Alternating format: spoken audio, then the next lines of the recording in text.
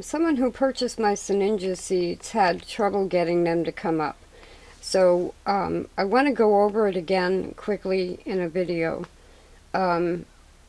Here are the seeds, and this is the way I sell them. And I think you can tell they're like dust. There are about 3 seed pod material in there. One just fell down there. And the seeds themselves are at the bottom like dust. Like in that corner, those are the seeds. Now, I use medicine cups, and these are fairly inexpensive to buy. And I use a craft knife, like that one, to cut a cross shape in the bottom of the cup. And what that does is allow the soil to wick up moisture from the bottom. Now, I'm starting some. This is a, I guess a pie container that a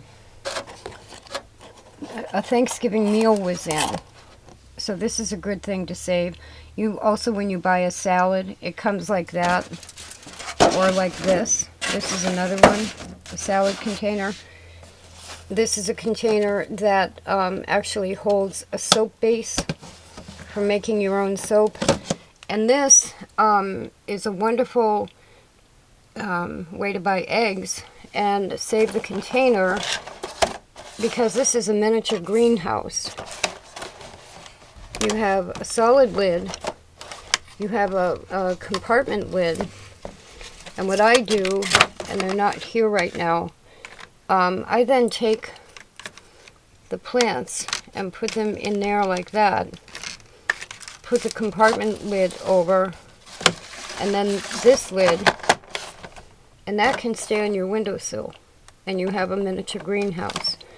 As the plants get bigger, I also use peanut butter jars or any kind of jar to grow them in, like terrariums. But to start them, I'm starting some myself in this, and this lid, some of them have more of a dome to them. This lid doesn't have an awful lot of room for the plants to get big. But the first thing you want to do is to cut a hole in the bottom of the medicine cups. Fill them with, this is a soilless mix that I've also added some topsoil to, but you can use any seed starting mix. And then I had about 1 inch of water in here, and as you can see, they are slowly becoming damp. And when they are fully damp, what I do is I take this whole packet, everything that's in here, and I put it in the palm of my hand. And then I use my finger from my other hand and pick up a few of the seeds at a time and brush them off into these, so that I'm not just dumping the whole thing into one container. And the reason you do that is because some of these containers will, the seeds will sprout and some won't. You're always going to have some losses. So this allows you, I think I have 14 of them here. And there are about 75 to 100 seeds, at least, in each. I don't know if you can see that better. The shadow's in the way. Maybe if I zoom in. All along the right-hand edge of that bag are the seeds. And there are some on the left-hand edge. That's what we're talking about. So after you sprinkle them on the top of the pots like that, you then cover them. And the last batch I started did take about 6 weeks to sprout. So don't get impatient. By covering them, you're keeping the whole environment damp, but you don't want it soggy. You just want enough dampness where the soil holds together. See how that's holding together? as opposed to this, which is just falling apart. You just want it that damp. And then you do have to wait about 6 weeks, and I will probably attach a video to this one showing you an example of how big they are when they first sprout. Now I want to show you these because you're going to probably see something like this. This is one of those egg containers I was talking about. Now I have had them over on a windowsill. These are actually, I'm going to move them into a 10-gallon tank. And you may want to think about that too, if or a terrarium. You can buy a big, like 32 to I think 40-ounce jar of peanut butter, use all the peanut butter, and it comes in a huge jar. So you can then use that as a terrarium. You can buy a glass terrarium. But I use these, and you can see here's 2 seed pods that got stuck to the top. I've had these on the windowsill. That's what a seed pod looks like. Waiting for the tank. So I just bought the tank, and these, I also just watered them. Now, I over-watered them, and you can see they're sitting in quite a bit of water. And this will happen sometimes when you get, they'll sprout anywhere. That is a whole bunch of about 15 plants. They'll sprout anywhere. So now that's back in there. And even though it's not all the way down, what you're looking at shows you a lot of the life stages of the plant. Now here are 2 plants that are blooming, 3 plants that are blooming. But because I've had the container part over them, the flower stems are a little squiggly. So these 2 need more room and could go into like a peanut butter jar or, like I said, the tank. Now this is an average looking plant that has a seed pod on it that also bloomed. It's actually probably 3 different plants. Now you can groom them and keep them single plants to a cup. This has 2 in there. But you can remove the extra plants and groom them so that they grow flat and straight, kind of like this.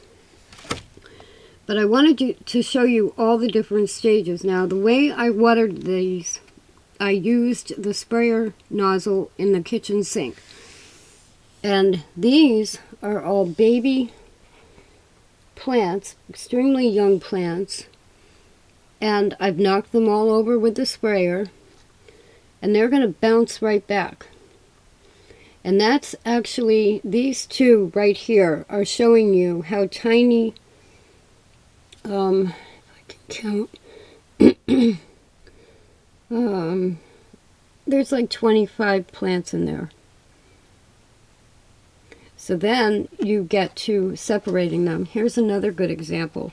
So this one has bloomed several times. And look at these. Those are all individual plants on the side.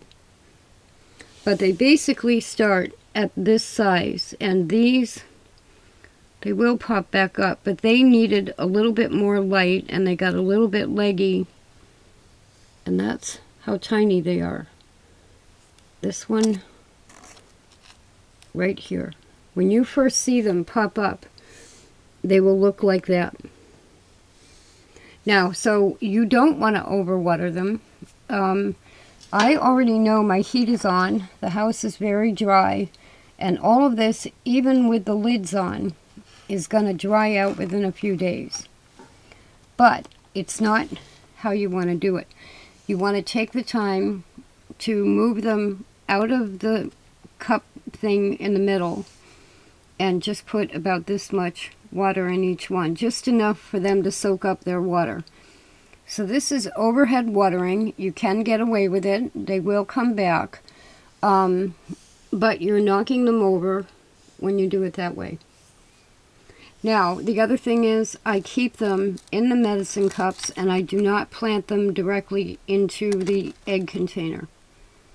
Simply because then one of them,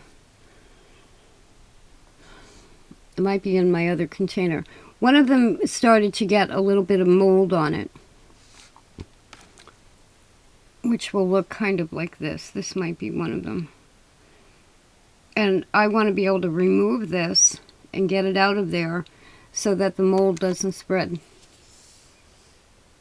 So now, even if you have them in a deeper container than that, but a different type of container, depending on how deep the container is, you can put, if like the square salad one I had, which is right here. You could move these 12 into a salad container and they have more room because this is about 3 inches deep, where the blossoms won't fall over. If you put them in a peanut butter jar, a plant at a time, they thrive in it. They love it.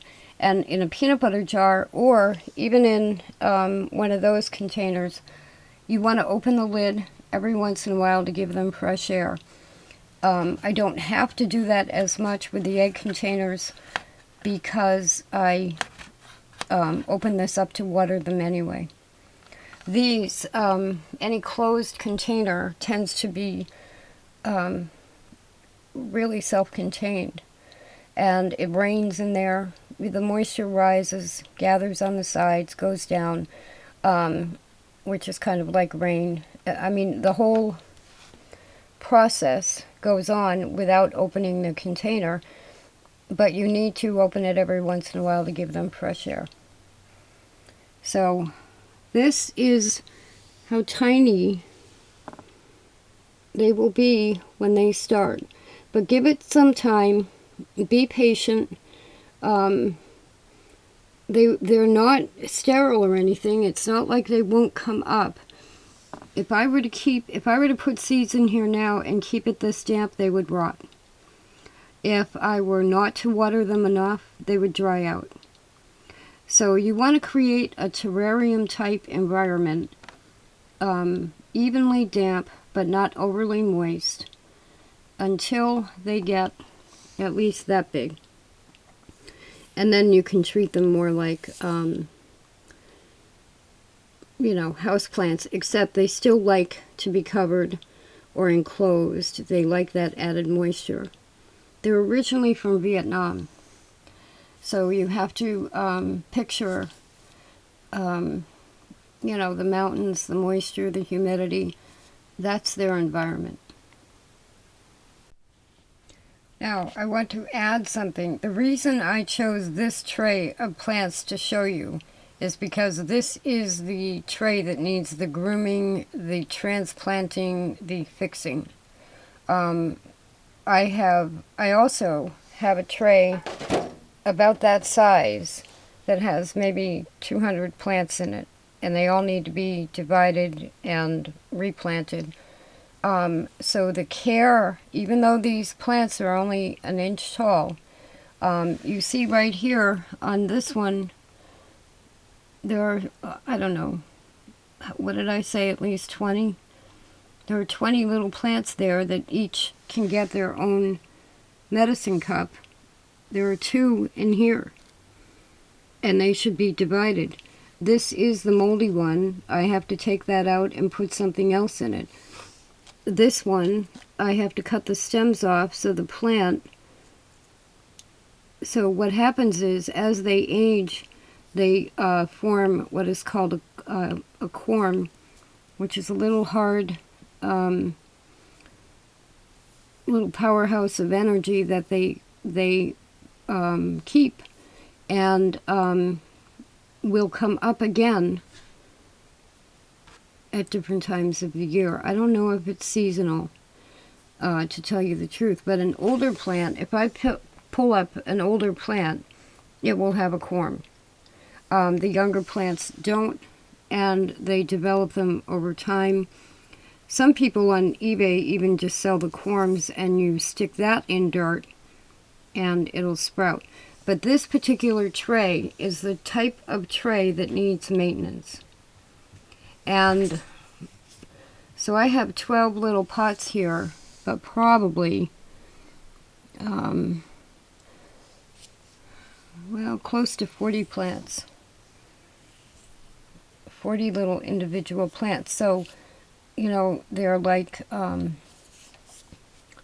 gremlins. They can multiply unbelievably fast.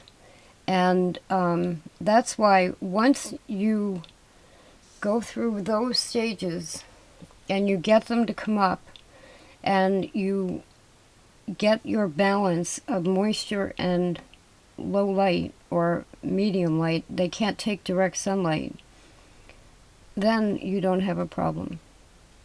Then they're going to bloom. Then you stick them in a peanut butter jar and they just keep blooming. And if you don't take the seed pods off, which I haven't been doing that with these, they'll just sprout right in their own cups.